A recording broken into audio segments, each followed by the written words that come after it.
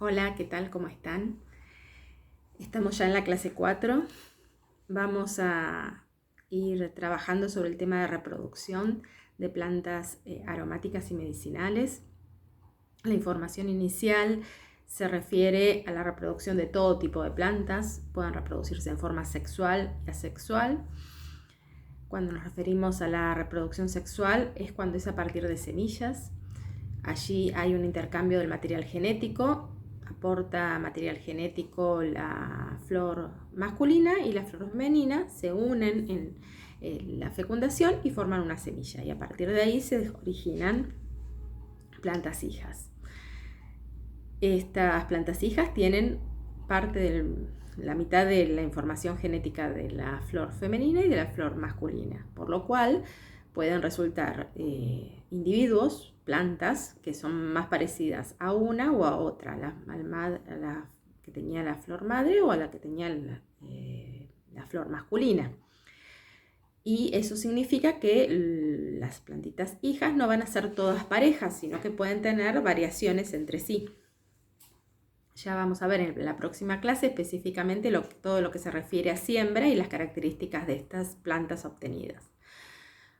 Con respecto a la reproducción asexual, hay varias formas de realizarlo.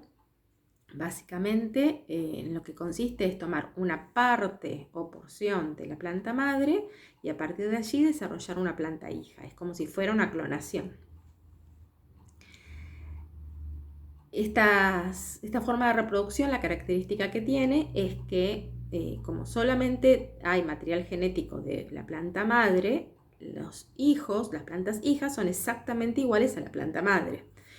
Esto en lo que es producción de cualquier tipo de producción agropecuaria es buscado porque lo que nos permite es como estandarizar toda la producción. Todas las plantas son iguales, florecen en el mismo momento, tienen rendimientos semejantes, entonces nos ayuda en la producción a poder trabajar más ordenadamente. En la naturaleza existen estos procesos también. Hay reproducción asexual. Por ejemplo, cuando se cortan las ramas de los sauces al costado del río y van flotando en el agua y en un determinado momento hay un remanso y se detiene esa rama que iba flotando y queda al costado del río y allí empieza a enraizar y se forma una nueva planta, esa es una forma de reproducción por esqueje. Es un esqueje, un gajo, y es una de las formas naturales de reproducción que tienen los sauces, por ejemplo. Existen estos procesos en la naturaleza. Lo que hace el hombre siempre es imitar a la naturaleza. La reproducción por bulbos, donde está el bulbo madre y después van saliendo los bulbitos hijitos al costado, esa es una forma natural de reproducción. En este módulo lo que vamos a trabajar específicamente es la reproducción por esquejes. Van a encontrar un texto donde está explicado todo esto que estoy mencionando yo ahora y los distintos métodos de reproducción en las distintas especies que se puedan reproducir de esta manera. Y luego van a encontrar unos videos en los cuales yo he ido explicando toda esta información. Ahí está explicada también la reproducción por esquejes del romero, del orégano, por división de matas, del tomillo, de la salvia. Son todas especies y de la lavanda, que también se pueden trabajar en esta época para reproducir por esquejes. Hay algunos que se reproducen mucho más rápidamente que otros, enraizan mucho más rápidamente y por ahí no necesitan tantos cuidados. Hay otros que son más lentos, como el romero o las lavandas, los lavandines, y ahí tenemos que tener otro tipo de precauciones para que en los 6-8 meses que tardan en enraizar, ese esqueje logre seguir viviendo hasta que aparecen las primeras raíces y logran tomar nutrientes del suelo por sus raíces. Muchas veces podemos ayudar este proceso con lo que se conoce como hormonas enraizantes. Las hormonas enraizantes son sustancias que naturalmente la planta produce hormonas naturalmente, son sustancias químicas que ayudan y aceleran procesos. Nosotros como personas también tenemos hormonas en nuestro cuerpo. Hay hormonas en las plantas para enraizar, para germinar, para producir hojas, para florecer, para fructificar. Existen distintas hormonas que cumplen distintas funciones. Para que enraícen los gajos, los esquejes, hay unas hormonas que se llaman hormonas enraizantes, que las plantas naturalmente las tienen. A veces los laboratorios lo que hacen es sintetizar estas sustancias, imitarlas, y vienen también hormonas enraizantes que se pueden comprar. Se pueden comprar en los viveros, suelen tener, vienen en distintas presentaciones, puede ser en un polvito que parece un talco, puede ser en una especie de jarabe.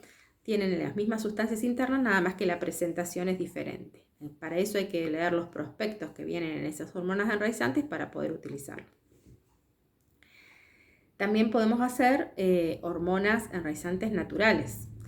Por ejemplo, cuando nosotros ponemos en un vasito con agua a algunos esquejes o gajitos a enraizar, como hacemos a veces con las plantas ornamentales como el potus o el syngonium, no sé si se dieron cuenta que cuando empiezan a enraizar, esa agua queda con un olor a podrido y uno generalmente lo tira. En ese agua está lleno de hormonas enraizantes, o sea que nosotros esa agua podríamos utilizar para regar nuestros plantines, no desperdiciarlo.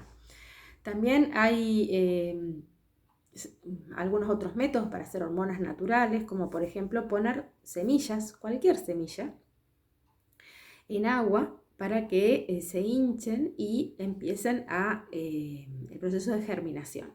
En esa agua se llena de hormonas. Por ejemplo, podemos poner lentejas que germinan rápidamente, porotos, garbanzos, las leguminosas son muy rápidas.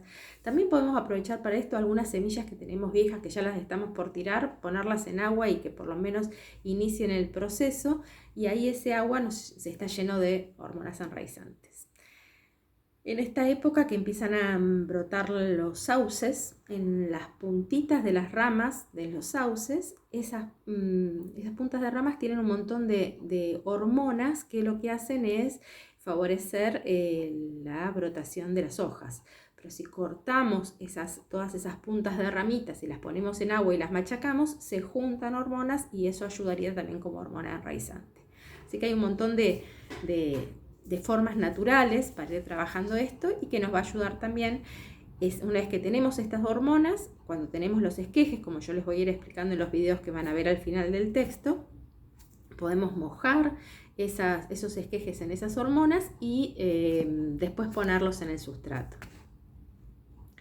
Esto yo lo recomendaría para aquellas especies que son más lentas de brotación, como de enraizado, como el romero les decía, o las lavandas. Esas son más lentas, entonces ahí toda ayuda que le podamos prestar va a venir bien.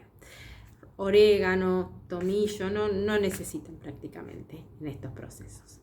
Bueno, espero que disfruten esta clase, es muy interesante. Ahora estamos en época, saliendo del invierno y empezando la primavera, de poder hacer esquejes nuevamente. Estos esquejes, si son de orégano, de tomillo, de salvia, probablemente en octubre ya los tengamos enraizados y los podamos ponerlos en la huerta. Los de romero y lavanda, lo más probable es que sean para la temporada siguiente, porque como decía recién, tardan mucho en enraizar, pero podemos ir practicando y haciéndolos. Una vez que preparamos los esquejes, que ahí ya van a ver en los videos cómo los vamos a ir preparando, los ponemos en los contenedores, que pueden ser macetas, pueden ser maceteros, jardineras, lo que ustedes tengan. Ahora que va a empezar a hacer calor, lo conveniente sería ponerlos a la sombra, porque si se secan ya no van a recuperarse, porque recuerden que todavía no tienen raíces, entonces no tienen forma de absorber humedad. Entonces pongámoslos a la sombra, en un lugar que tenga luz, pero a la sombra, que va a ser más favorable para que puedan enraizar. Bueno, espero que disfruten la clase y está el foro de consultas para que puedan preguntar aquellas cosas que queden dudas. Hasta la próxima. Chau, chau.